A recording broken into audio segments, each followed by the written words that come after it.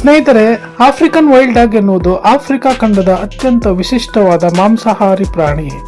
ಇದರ ವೈಜ್ಞಾನಿಕ ಹೆಸರು ಲೈಕಾನ್ ಪಿಕ್ಟಸ್ ಎಂದು. ಇದರ ಅರ್ಥ ಬಣ್ಣ ಹಚ್ಚಿದ ತೋಳ ಅಥವಾ ಪೇಂಟೆಡ್ ವೋಲ್ಫ್ ಎಂದಾಗುತ್ತದೆ. ಇವುಗಳು ಸಾಮಾನ್ಯವಾಗಿ ಸಹಾರಾ ಮರುಭೂಮಿಯ ದಕ್ಷಿಣ ಭಾಗದ ಆಫ್ರಿಕಾದಲ್ಲಿ ಕಂಡುಬರುತ್ತವೆ. ಇವುಗಳನ್ನು ನೋಡಲು ನಮ್ಮ ಸಾಕು ನಾಯಿಗಳಂತೆ ಕಂಡರೂ ಇವು ಸಂಪೂರ್ಣವಾಗಿ ಭಿನ್ನ. ಇವುಗಳ ಮೈ ಮೇಲೆ ಹಳದಿ, ಕಪ್ಪು, ಬಿಳಿ ಮತ್ತು ಕಂದು ಬಣ್ಣದ ವಿಶಿಷ್ಟ ವಿನ್ಯಾಸವಿರುತ್ತದೆ. ವಿಶೇಷವೆಂದರೆ ಯಾವುದೇ ಎರಡು ನಾಯಿಗಳ ಮೈಮೇಲಿನ ಬಣ್ಣದ ವಿನ್ಯಾಸ ಒಂದೇ ತರ ಇರುವುದಿಲ್ಲ. ಮನುಷ್ಯರ ಫಿಂಗರ್ ಪ್ರಿಂಟ್ ನಂತೆಯೇ ಇವುಗಳ ಮೈಮೇಲಿನ ಗುರುತುಗಳು ಕೂಡ ವಿಶಿಷ್ಟ.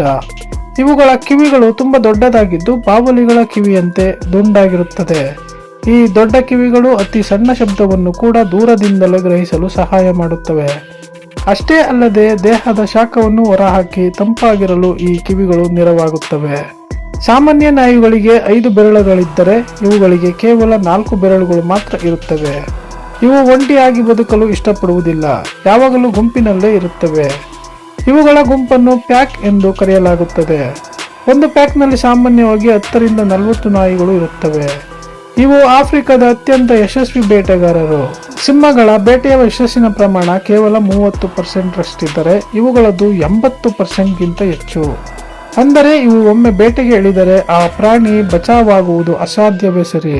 ಇವುಗಳು ತಮ್ಮ ಬೇಟೆಯನ್ನು ಸುಸ್ತಾಗುವವರೆಗೂ ಬೆನ್ನಟ್ಟುತ್ತವೆ. ಇವು ಗಂಟೆಗೆ ಸುಮಾರು 60 ಕಿಲೋಮೀಟರ್ ವೇಗದಲ್ಲಿ ಓಡಬಲ್ಲವು. ಇವುಗಳ ಸಂವಹನ ಕಲೆ ತುಂಬಾ ಆಶ್ಚರ್ಯವಾಗಿರುತ್ತದೆ. ಬೇಟೆಗೆ ಹೋಗುವ ಮುನ್ನ ಇವು ಗುಂಪಾಗಿ ಸೇರಿ ಒಂದು ರೀತಿಯ ಸಭೆ ನಡೆಸುತ್ತವೆ.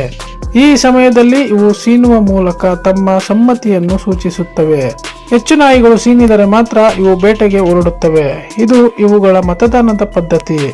ಇವುಗಳು ತಮ್ಮ ಗುಂಪಿನ ಬಗ್ಗೆ ತುಂಬಾ ಕಾಳಜಿ ವಹಿಸುತ್ತದೆ.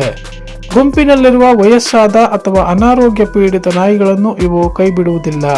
ಬೇಟೆಯಾಡಿದ ನಂತರ ತಂದ ಆಹಾರವನ್ನು ಮೊದಲು ಮರಿಗಳಿಗೆ ನೀಡುತ್ತವೆ. ಸಿಂಹಗಳು ಮೊದಲು ತಾವೇ ತಿಂದು ನಂತರ ಮರಿಗಳಿಗೆ ಬಿಟ್ಟರೆ ಇವು ಅದಕ್ಕೆ ಉಲ್ಟಾ ಮಾಡುತ್ತವೆ. ಇವು ತಿಂದ ಆಹಾರವನ್ನು ವಾಂತಿ ಮಾಡುವ ಮೂಲಕ ಗೂಡಿನಲ್ಲಿರುವ ಮರಿಗಳಿಗೆ ತಿನ್ನಿಸುತ್ತವೆ. ಆಫ್ರಿಕನ್ ವೈಲ್ಡ್ ಡಾಗ್ಸ್ ತುಂಬಾ ಶಿಸ್ತಿನ ಪ್ರಾಣಿಗಳು. ಇವುಗಳಲ್ಲಿ ಆಲ್ಫಾ ಗಂಡು ಮತ್ತು ಆಲ್ಫಾ ಹೆಣ್ಣು ಎಂಬ ನಾಯಕರಿರುತ್ತಾರೆ.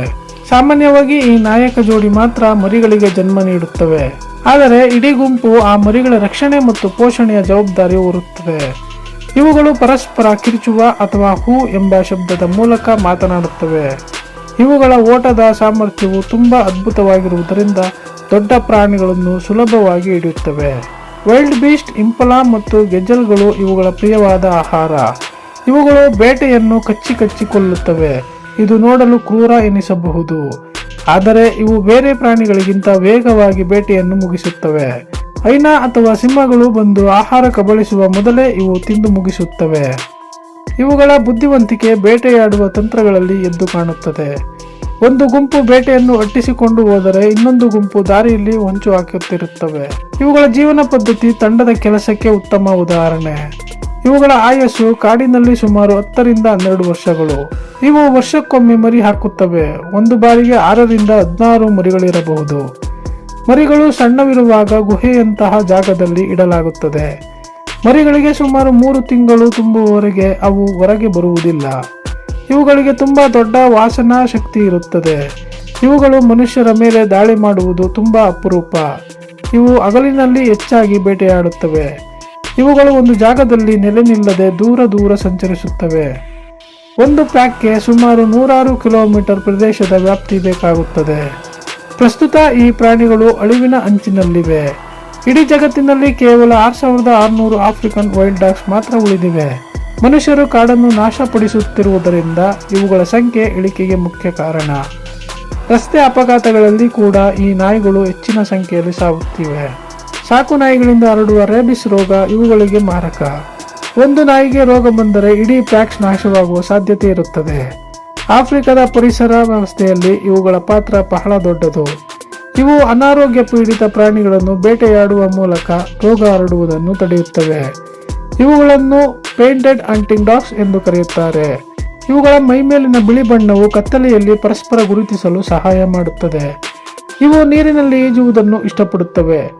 ಇವುಗಳ ಗಂಟಲಿನ ಶಬ್ದ ಪಕ್ಷಿಗಳ ಚಿಲಿಪಿಲಿ ಶಬ್ದದಂತೆ ಕೇಳಿಸುತ್ತದೆ. ಇವುಗಳು ಹತ್ತಿರ ಬಂದಾಗ ಒಂದು ರೀತಿಯ ವಿಶಿಷ್ಟ ವಾಸನೆ ಬರುತ್ತದೆ. ಇವುಗಳನ್ನು ಸಾಕಲು ಸಾಧ್ಯವಿಲ್ಲ, ಏಕೆಂದರೆ ಇವು ಸಂಪೂರ್ಣವಾಗಿ ಕಾಡು ಪ್ರಾಣಿಗಳು. ಇವುಗಳ ದವಡೆ ತುಂಬಾ ಬಲವಾಗಿದ್ದು ಮೂಳೆಗಳನ್ನು ಕೂಡ ಕಚ್ಚಿ ಪುಡಿ ಮಾಡಬಲ್ಲವು. ಇವುಗಳು ಗುಂಪಿನಲ್ಲಿ ಆಹಾರಕ್ಕಾಗಿ ಜಗಳವಾಡುವುದಿಲ್ಲ, ಎಲ್ಲವೂ ಹಂಚಿಕೊಂಡು ತಿನ್ನುತ್ತವೆ. ಇವುಗಳ ಚರ್ಮ ತುಂಬಾ ಗಟ್ಟಿಯಾಗಿರುತ್ತದೆ. ಆಫ್ರಿಕಾದ ಪ್ರವಾಸೋದ್ಯಮದಲ್ಲಿ ಈ ನಾಯಿಗಳನ್ನು ನೋಡುವುದು ಪ್ರವಾಸಿಗರಿಗೆ ದೊಡ್ಡ ಸಂಭ್ರಮ. ಇವುಗಳನ್ನು ಕಾಪಾಡಲು ಅನೇಕ ರಾಷ್ಟ್ರೀಯ ಉದ್ಯಾನವನಗಳು ಶ್ರಮಿಸುತ್ತಿವೆ. ನಮೀಬಿಯಾ ಮತ್ತು ಬೋಟ್ಸ್ವಾನಾದಲ್ಲಿ ಇವುಗಳ ಸಂಖ್ಯೆ ಸ್ವಲ್ಪ ಹೆಚ್ಚಿದೆ.